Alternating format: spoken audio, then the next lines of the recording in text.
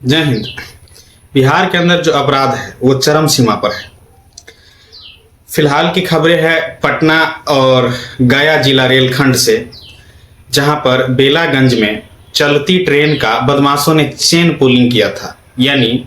Train को रोक दिया था और उसके बाद से उसमें से एक लड़की को किडनैप करता है और किडनैप करने के बाद उसे बेलागंज के सुनसान जगहों पर ले जाया जाता है। ये लोकेशन है पटना गया जिला का रेलखंड। अपराधियों के द्वारा उसके साथ दुष्कर्म किया जाता है और दुष्कर्म करने के बाद जो है वहां पर मौके से फरार हो जाता है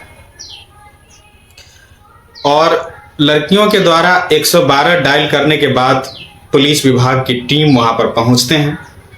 तब तक अपराधी भाग चुके होते हैं, लेकिन शक के आधार पर 10 लोगों को पकड़ते हैं और लड़कियों के मेडिकल टेस्ट रिपोर्ट किया जाता है और इसके बाद जो अपराधी होते हैं उसके ऊपर जांच की प्रोसेस और प्रक्रिया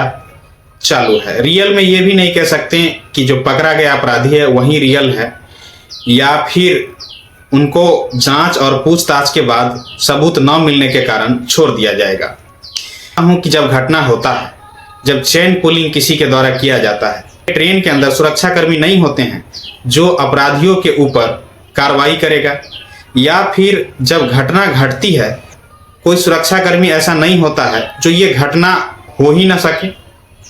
लेकिन घटना जब घट जाती है, मर्डर दुष्कर्म जब हो जाता है, तब घटना स्थल पर पहुंचते हैं पुलिस प्रशासन और जायजा लेते हैं।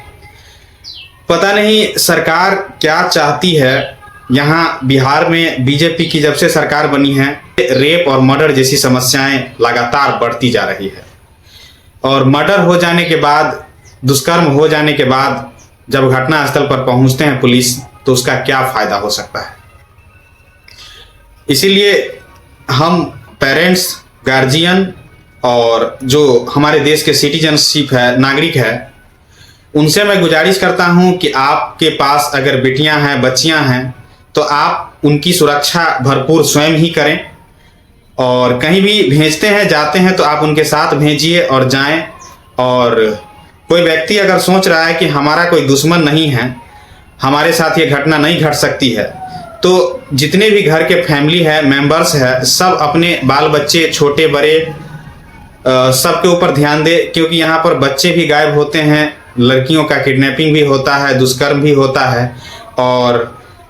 कई बिहारियों से रिलेट और कई बिहारियों की जानें भी जाती है। इसके अलावा बहुत सारे दुर्घटना और घटना घटती है, जिसमें सारे का जिम्मेदार जो है इस देश के नेता और सुरक्षा कर्मी हैं, जो देश में सुरक्षा के तौर पर तो होते हैं, लेकिन किसी को मर्डर होने के बाद वहां पहुंचते हैं, दुर्घटना घट जाने के बाद पहुंचते हैं।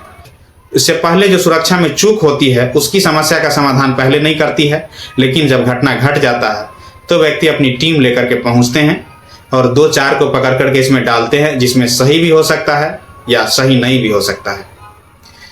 इसीलिए बिहार की व्यवस्था पूर्णतः खराब है और हम चाहते हैं बिहार सरकार से और बिहार के जनता को कि सरकार भरोसे आप न बैठे, आप अपने सुरक्षा, अपने परिवार की सुरक्षा, अपने बहन बेटियों की सुरक्षा वो व्यक्ति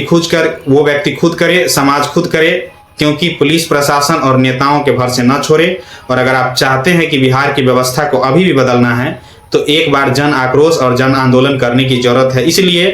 क्योंकि अगर आप लोग सोए रहेंगे तो इसी प्रकार से हमारे बहन बेटियों के साथ, हमारे जो बिहारी भाई है, जो प्रवासी मजदूर है, उनके साथ ये अत्याचार होता रहेगा, मर्डर होता रहेगा। लेकिन अगर आप जिस दिन जाग जाएंगे उस दिन मर्डर तो क्या, बिहार की तरफ कोई आंख उठा करके नहीं देखेगा और बहन बेटियों की तरफ भी कोई आंख उठा करके नहीं देखेगा, क्योंकि जनता जो है वो सब कुछ का जवाब दे सकती है और एकजुट होकर के, इकट्ठा होकर के जो अपराधी कहीं पर पकड़ाते हैं उसमें सभी जनता एकजुट होकर के उसको कानून के भर से न रखे, बल्कि के कूट दिया जाए, जिससे लोगों को सबक मिलेगा कि गलत काम करने वाले को कैसा अंजाम मिलता है।